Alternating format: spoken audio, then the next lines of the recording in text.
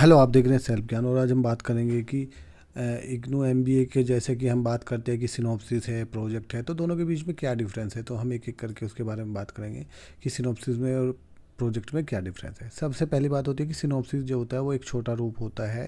Project बनाने से पहले हम इग्नू यूनिवर्सिटी को बताते हैं कि भाई हमारा जो प्रोजेक्ट है इस टाइटल के ऊपर बना रहे हैं, इसमें जो इसलिए हमने इसको सिलेक्ट किया टाइटल को, इसके क्या फ़ायदे हैं, क्या नुकसान है, और हमारा जो इससे जो हिपोथेसिस के हिसाब से ये कंक्लूजन निकलेगा। और हम इस तरीके से अपने प्रोजेक्ट सिनॉप्सिस को करेंगे। हम जो प्राइमरी डाटा लेंगे या सेकेंडरी डाटा लेंगे और फिर इसका एनालिसिस करेंगे, कौन सी हम मैथमेटिकल कैलकुलेशन करेंगे, कौन सा एनालिसिस उसके अंदर लगाएंगे। तो ये सब छोटा सा रूप होता है। एक प्रोजेक्ट बनाने से पहले एक छोटा सा रूपरेखा हम देते हैं यूनिवर्सिटी को कि हम इसके ऊपर काम करना चाहते हैं और इस तरीके से काम करना चाहते हैं। अगर इग्नू को यूनिवर्सिटी को वो सब चीज़ें ठीक लगती है कि ये हाँ लेटेस्ट टॉपिक है और ये होना चाहिए, ये एक अच्छा टॉपिक है, इस पर पहले रिसर्च नहीं हुई है, तो वो आपको अप्रूवल देती है। अदरवाइज उस पर कमेंट कर देती है कि ये टाइटल आपका ठीक नहीं है, आप इसको चेंज कीजिए, रीसबमिट कीजिए, है ना।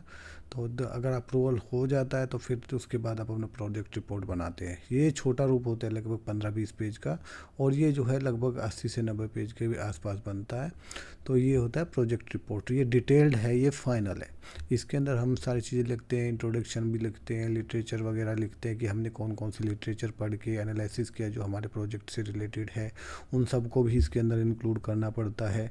इंट्रोडक्शंस वगैरह पूरी डिटेल्स में बनानी होती है कि ये क्यों लिया, क्या इसके फ़ायदे हैं, क्या नुकसान हैं, और ये हमारे जो है एकेडमिक पॉइंट ऑफ व्यू से क्यों इम्पोर्टेंट है, और ये जो ऑर्गेनाइजेशन पॉइंट ऑफ व्यू से क्यों इम्पोर्टेंट है। उसके बाद आपको डाटा एनालिसिस करते हैं, जो आपने डाटा लिया उसका रिसर्च करते हैं, उसको एनालिसिस करते हैं, टेबल फॉर्म में डालते हैं, एनालिसिस वगैरह मैथमेटिकल कैलकुलेशंस वगैरह फीड करके फिर आप जो है आप उसको और रिप्रेजेंट करते हैं अपने एनालिसिस के अंदर। फिर वहाँ पे समरी बनती है, फिर आप कंक्लूजन करते हो कि इस रिसर्च का क्या कंक्लूजन निकला। फिर उसके बाद आपका लिमिटेशंस वगैरह बताते हो, फिर ये बताते हो कि इसका कंट्रीब्यूशन क्या है, समाज के अंदर योगदान क्या है इसका स्टडी का, ठीक है। और फ्यूचर में अगर कुछ इस फील्ड में काम करना हो तो वो किस तरीके से कर सकते हैं, और आपने कौन कौन सी बुक्स इसके टाइटल के हिसाब से आपने पढ़ी, है ना। और ये सारी चीज़ें अगर आपने रेफरेंस के तौर पे कुछ और भी चीज़ें उसके अंदर साथ आप ऐड कर सकते हैं, तो ये पूरा एक बुक बन जाता है 80-90 पेज का। तो ये होती प्रोजेक्ट रिपोर्ट। हाँ, मैं समझ रहा हूँ कि आप दोनों चीज़ों को समझ गए होंगे। ये सबसे पहले एक छोटा रूप होता है 15-20 पेज का, ताकि हम बताएं एक दूसरे को कि हम इस चीज़ के ऊपर ऐसे ऐसे काम कर रहे हैं। और डिटेल प्रोजेक्ट वो होता है जो फाइनल होता है आपका, और यही आपका जो है यूनिवर्सिटी के अंदर दोबारा फिर फाइनल सबमिट होता है, ठीक है। अब मैं जैसे कि जो नए स्टूडेंट उनको बता दूँ कि जो सिनॉप्सिस बनाते हैं तो ओरिजिनल सेंटर जाता है, वहाँ 1-2 महीना लगते हैं चेक होने में, फिर अप्रूवल मिलता है, फिर आप अपना प्रोजेक्ट बनाते हो।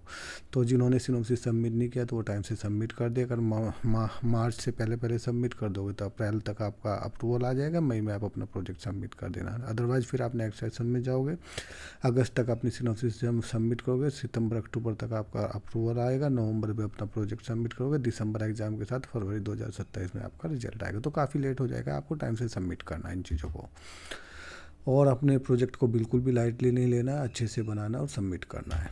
अगर आपको सेल्फ ज्ञान की हेल्प चाहिए तो आप देख सकते हैं कि अप्रूवल कितना अच्छा है, लिंक वीडियो के डिस्क्रिप्शन में दिया हुआ। 100% अप्रूवल है, हाई क्वालिटी का सेल्फ ज्ञान के एक्सपर्ट गाइडेंस के साथ आप अपने प्रोजेक्ट को कंप्लीट कर सकते हैं। और जब आपका प्रोजेक्ट होता है बनने के बाद आपको प्रिंट आउट करके उसके हार्ड बाइंडिंग करके आपको इसको एसईडी दी रजिस्ट्रार एसईडी इग्नू मैदान गढ़ी में भेजना पड़ता है इस एड्रेस पे। अगर एलएमएस वाले स्टूडेंट हैं, मतलब एमबीए ऑनलाइन वाले स्टूडेंट जो भी हैं, वो एलएमएस पोर्टल पे अपलोड करते हैं। एक चीज़ का और ध्यान रखना है कि आपको अपने एग्ज़ाम फॉर्म में अपनी प्रोजेक्ट फ़ीस भरनी है 500 रुपये। कुछ कोर्सेज़ की 300 है तो वो 300 भरेंगे, लेकिन एमबीए की 500 है तो 500 एमएमपीपी 1 का भरना है आपको एग्ज़ाम फॉर्म में, और उसको अटैच करना है अपने प्रोजेक्ट के साथ। फिर भी अगर कोई भी इशू आता है तो मुझे इस नंबर पर मैसेज कर सकते हैं। Thank you.